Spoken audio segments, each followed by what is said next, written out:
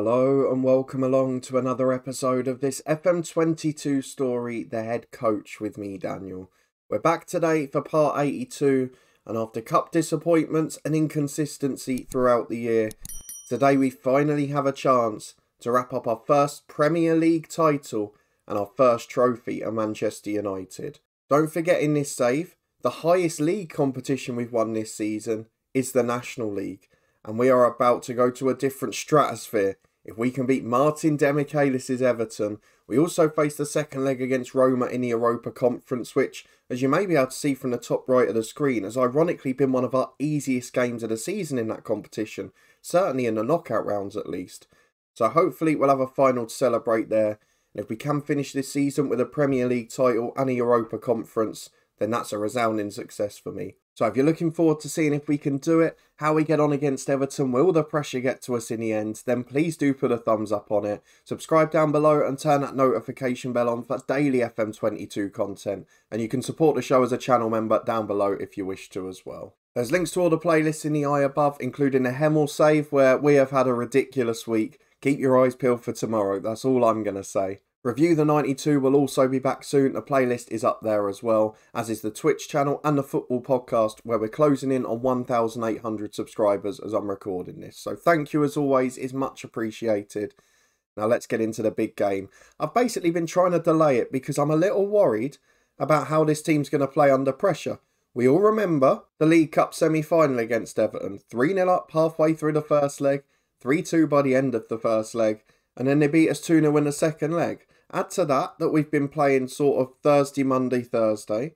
It is going to make this a bit more difficult. If I show you the schedule since we were last here though, we haven't played many games at all. You were with me for Bilbao and Spurs, where we managed to sneak 2 crucial victories despite not being at our best. We then did the same away at West Ham with Bruno Fernandes getting a penalty. I know, same old story. And Emmanuel Yakubu with a first half goal. And then a 5-1 win away at Roma. One of the performances of the season. I guess we did play a stronger team than we have done most of the season in the Europa Conference. Sancho came back and got a goal, his first one back from injury, before then getting injured again. He's now out for the rest of the season. But Rashford and Amponza were the other heroes on the night, with Rashford getting his usual complimentary hat-trick in this competition. So this could be a monumental day, a chance to finally get to a final of a cup, and a chance to win a league title. So let's see if we can do it. Spurs are playing Wolves. They're in the hunt for Europe. But we've got bigger fish to fry. We need to win this Premier League title. I've been really disappointed, on a quick side note, by Manchester City. They won 4 titles in a row. And it just signifies the weakness that we've talked about throughout the league and the consistency of the other managers. It's 73 points from 36 games. And I know they won it with 76 last year. We shouldn't be that surprised. But that's an awful return for champions. And when you bear in mind as part of that Erling Haaland has still scored 37 goals, how many must they be conceding in stupid games? Because if you go and have a look at the league table, I think you see the big difference this year. We've conceded 29, Liverpool 33, not bad. Then Chelsea 41, Manchester City 53 goals against. And look at the goals conceded column generally. Is so much higher than you would expect. There's normally 4, 5, 6 teams that concede less than 1 a game. Even the likes of Wolves in real life are in that sort of category. So I really don't understand what's going on with the results there. We saw City win 11-0 against Brighton, then lose 4-3 in the reverse fixture. It's just carnage at the minute, and the results don't seem particularly realistic. However, I won't complain if we get a league title. So let's go and get into it. We have, of course, been the overall dominant side because of that defensive record. But will we bottle it against Everton? They still have a very slight chance of being relegated, although they won the League Cup and will be in the Europa Conference next year. So let's see our 11 to face them today. A sellout at Old Trafford, expecting to see a title lifted. And let's see if we can deliver. Okay, just a couple of changes for the side today. First one's in force. Sancho injured again, so Zolis is in for him. And in the usual league swap, Mbappe in for Rashford. I've been really disappointed by Kylian Mbappe. He's rated so well. We've tried him off the left. We've tried him up front. And he's not really delivering that world-class ability that you've seen from other players. When you compare him to how Haaland and Moukoko are developing and playing every season, He's not finishing a lot of chances with his quality, and at 32, I wouldn't actually be devastated if he was sold this summer, and there's a few of the experienced ones who I do hope we have a bit of turnaround with, because I'd like a bit of freshness in this squad to compete in the Cups. But the 11 we've gone for today, apart from that, is no surprises. We've got Meslier in goal, Gaia and Pavati back fit as the fullbacks, with Ignacio alongside Fofana as centre-half, and Ponza and Jaloka the midfield too. Jaloka still improving, I'll mention it every time. He's becoming an understated star of this team, it's got to be said. Yakubu, Fernandez and Solis are the attacking midfield three, with Kylian and Mbappe up front. Rashford on the bench, Robbie Thompson scored a few goals recently off the bench, and a few other youngsters there as well. So let's go and get into it. United v Everton, and a win guarantees us a Premier League title. That would be ahead of schedule, and it would be a remarkable achievement. Let's see if we can wrap it up. Well, this is the Everton team. The two familiars at the back, the right side of their defence, Godfrey and Livramento. They've also got Onyeka in midfield, but it's not the strongest team overall. They've got a few more players on the bench you'll have heard of, the likes of Freddie Woodman, Selic and Jack Harrison as well, but I would expect to beat this team. However, when we were 3-0 up, after half the first leg in the League Cup, we would have expected to be in the Wembley final, but Everton stopped that. So let's tell the lads we want a title party, get out there and do your job. Just hope we don't get another nervy performance. We saw it against Liverpool in the FA Cup. We saw it against Everton in the League Cup. We saw it to an extent against Bilbao in the Europa Conference, and we're lucky to get through. So let's see if we get it again today. As here we are early doors with Everton bringing the ball out from the back. Kasprak, their front man, has taken on two and beaten them. He's turned the defenders inside out, and Meslier's made a bit of a mess of the shot. That would have been the sort of start you'd have hoped for. Everton going 1-0 up, putting a bit of pressure on, and Chelsea would have been cheering them on. But for now, we're 10 minutes gone, we're 0-0, and we've got a free kick. And Bruno has scored a couple of these this year. Can't go on forever, but at the moment, he still is so instrumental to our team. Bruno Fernandes into the top corner. How he still plays nearly every week, I just don't know. But he's produced another masterclass from a set piece. And we've got another one now about 30 yards out. Will he deliver again? It's still within striking range. It's from the other side this time. Wide at the post. But 12 minutes gone, Bruno gives us the lead. And we're on our way to the title. As Everton have a free kick on the left into the back post, Yakubu heads clear. That's the crucial bit of his defending side of his game as well as the attacking. He's so strong aerially as Zolis gets down the left. Chance to take on his fullback. Cuts inside to Jaloka. Back wide to Zolis again. Jaloka delivers. Yakubu in. And he finishes the move. We saw the start of it with him heading away the Everton set piece. And he gets himself 2 yards out at the other end to tap in at the far post from a wonderful Jaloka cross. And surely now with that, we've won the Premier League title. As Bruno Fernandes delivers, Yakubu's up again. It's starting to turn into a party at Old Trafford. And this is what we want. Can we get a double? Can we get the Europa Conference wrapped up too? And can we cling on in this one? 3-0 wasn't enough against Everton last time to cling on. As Poku gets down the right, don't let history repeat itself. Onyeka turns his man. To the byline, delivers. Meslier punches. Bruno Fernandes brings it down. Finds Mbappe. Been a passenger so far, but beats his man with ease. Cuts inside another. Gets towards the byline. 4 in the box if he can find them. Yakubu's one. He heads over this time, but wonderful play from the Frenchman up front. And we're starting to ooze confidence now. Well, back in 2 minutes of stoppage time as Gaia's passing the ball down the line to Yakubu. Fernandes challenged by a man on a yellow, and Godfrey can't win the interception, so it falls to Zolis. Back to Jaloka. Big switch to Yakubu. 3 before half time. You've got to be confident. And of all people, Cristiano Gaia, the right back, has smashed one in off the bottom post. What an effort that was off the near stick. It hit the post, it dribbled across the line and went in. Keeper had no chance, it was hit with venom. And at half time, we lead 3-0. Yakubu's got a goal and an assist. He's also absolutely knackered.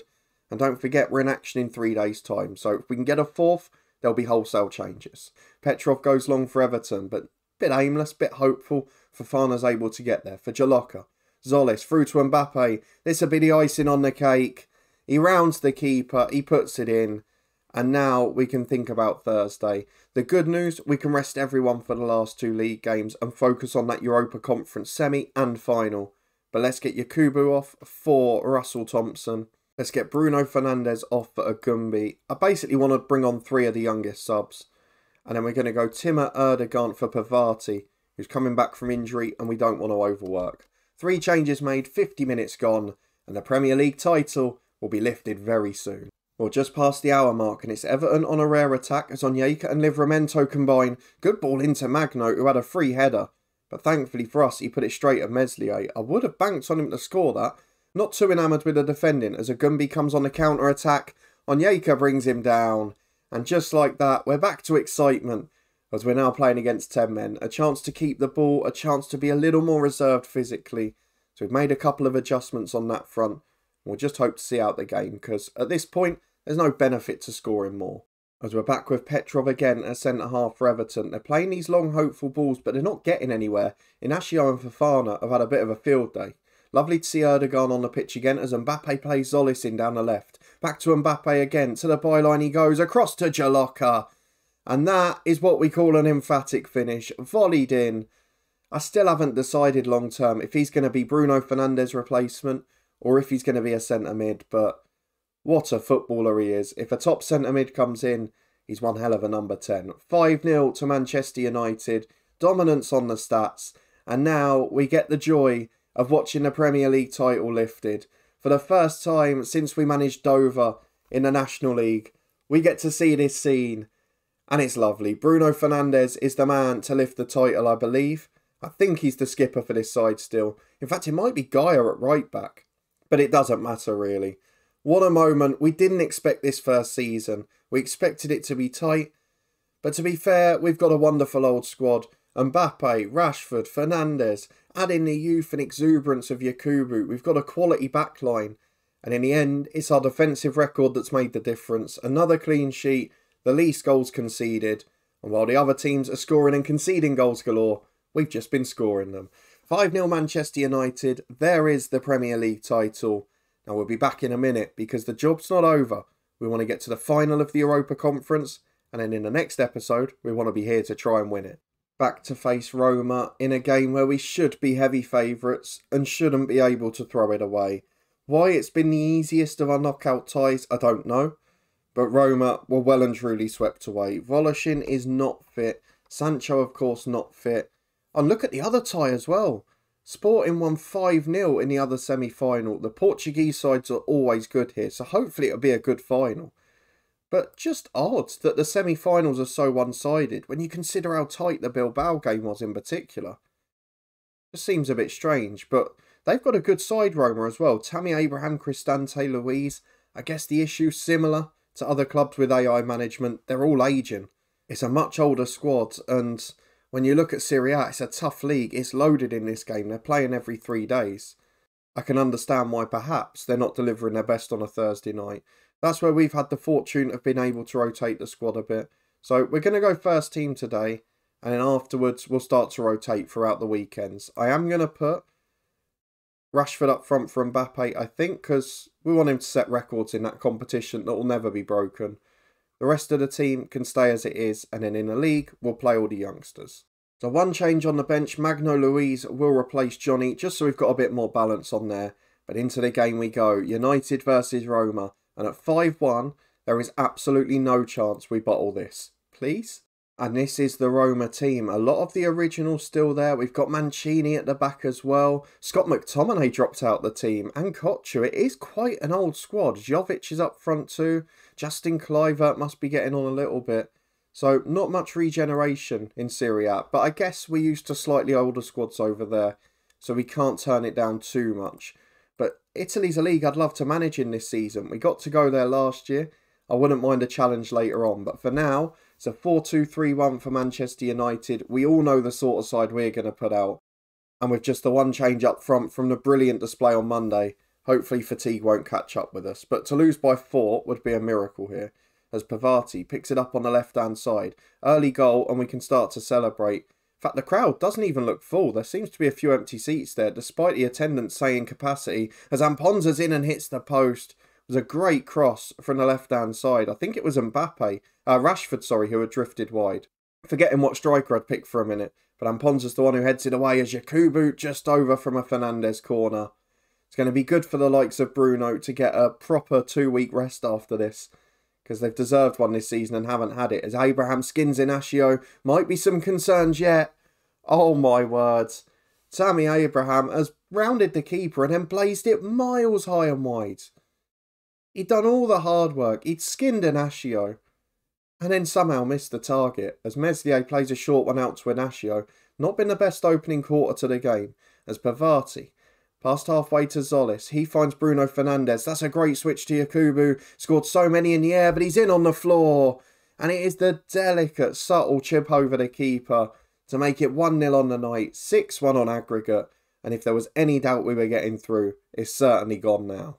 And that's it for the first half. A very quiet one, a very calm one. Should have been 1-1, let's be honest, because Tammy Abraham missed an open goal after doing brilliantly in the build-up.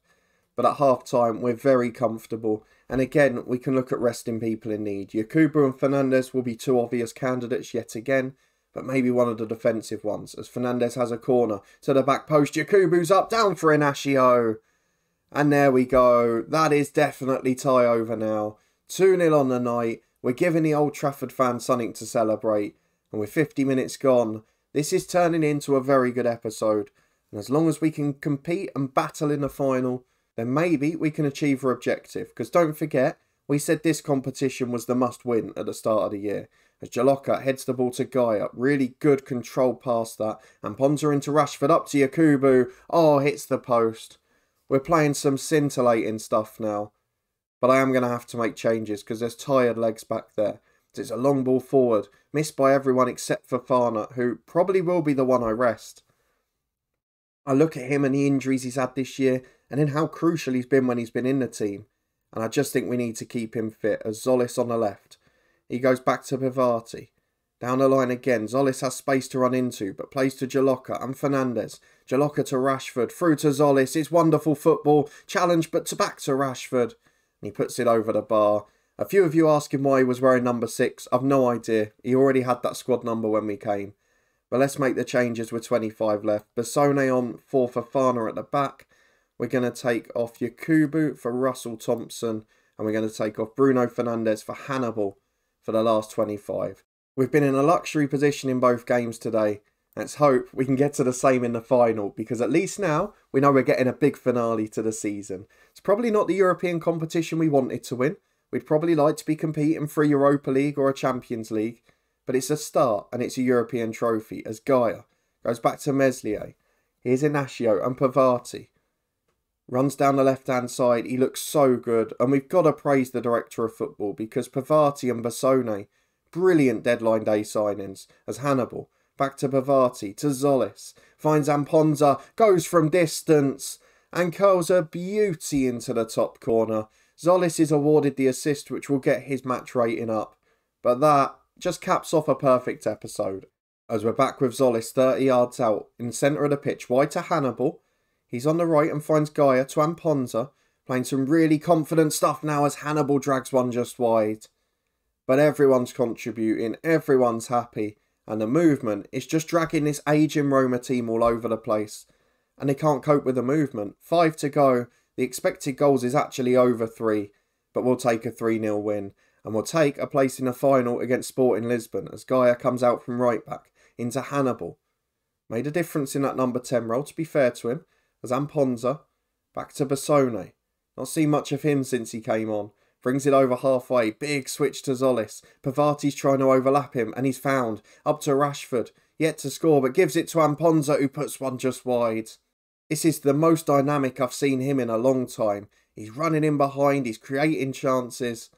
And it's just a wonderful night at the office. We've had our scares in the Europa Conference. But we are into the final to play Sporting Lisbon. And it could yet be a double this season. Of course, we want to be back in the promised land of the Champions League. We'll get to see that next season. But for now, let's find out when this game is, because that is going to be our final episode of the year. It is Wednesday the 28th of May, so it should be the last thing this season. It's at Ibrox in Scotland, so we've probably got a slight advantage on that front. And we've got a big advantage in that we can rest players in the Premier League because we've won it. We've got nothing else to play for in that. So a big final to look forward to finish off the year, but most importantly, we are champions in the Premier League, partly because of City's dismal title defence, but also because Chelsea lost a couple of silly home games in the run-in. If you did enjoy this episode though, please do put a thumbs up on it. Let me know in the comments if you think we'll win the final. Let me know what you've thought of the Premier League season, because I have found it a little bit strange. Certainly City's defence has got to be said. We're also going to have our 10-year bookmark at the end of this season, or we'll have a look at the whole of European football. So if you're looking forward to that and you don't want to miss it, please subscribe down below and turn that notification bell on. Loads of new shorts coming in the evenings, clips from our streams, you can keep an eye on them. There's a link to the Twitch channel and the football podcast in the eye above. There's a new review, the 92, featuring one of today's teams just around the corner, so keep your eyes peeled for that. A massive thank you for your support as always. You can support the show as a channel member down below, but I'll see you next time for the Europa Conference final. But in the meantime, don't miss tomorrow, because Hemel Hempstead, it's going to be wild. Please do come and join me. I'll see you there.